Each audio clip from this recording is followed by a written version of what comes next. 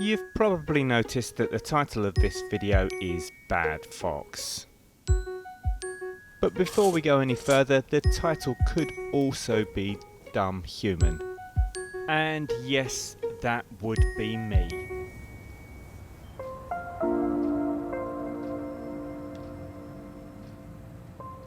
We have a couple of red foxes that visit our garden. I've nicknamed them Muppet and Doughnut. They've been visiting for about a year now. We do feed them once in a while. Doughnut is far more confident than Muppet. I can hand feed them, although I wouldn't advise people do so. But if they are tamed to a certain extent, it does make it slightly easier to treat them should they get mange or some kind of injury. Of course, if you are hand feeding them, there is a very slight risk of getting bitten. So if that happens to you, remember I warned you not to, and don't blame me. Doughnut has come into the house a couple of times, but I certainly don't encourage this as they are a bit stinky. Obviously I like to film them, because I like to film stuff.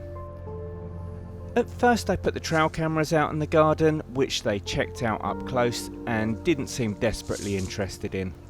I then put my older camera out on a tripod and left it filming in night mode, and had pretty much the same results. They didn't give the camera much more than a quick sniff.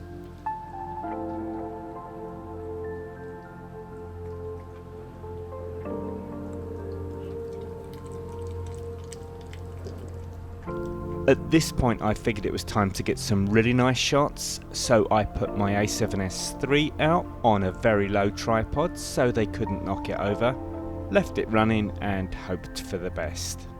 Which was really stupid. This is what happened. This camera is different from the others that I've left out.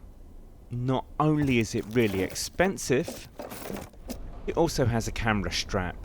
And being a neck strap, it's been round my neck quite a lot during summer, therefore smells a little of sweat, a smell that foxes find interesting. Are you not my camera over, you Okay, so she pulled the tripod over. Glad I had the cage on. Thank you, small rig. She's also managed to chew through the camera strap. And as you can see, there is a little cosmetic damage to the cage, which on the grand scale of things is no big deal.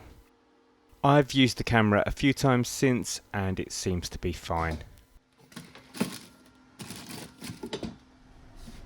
Do I hate the foxes for doing this? No, of course not. It was my own stupid fault to put the camera out there.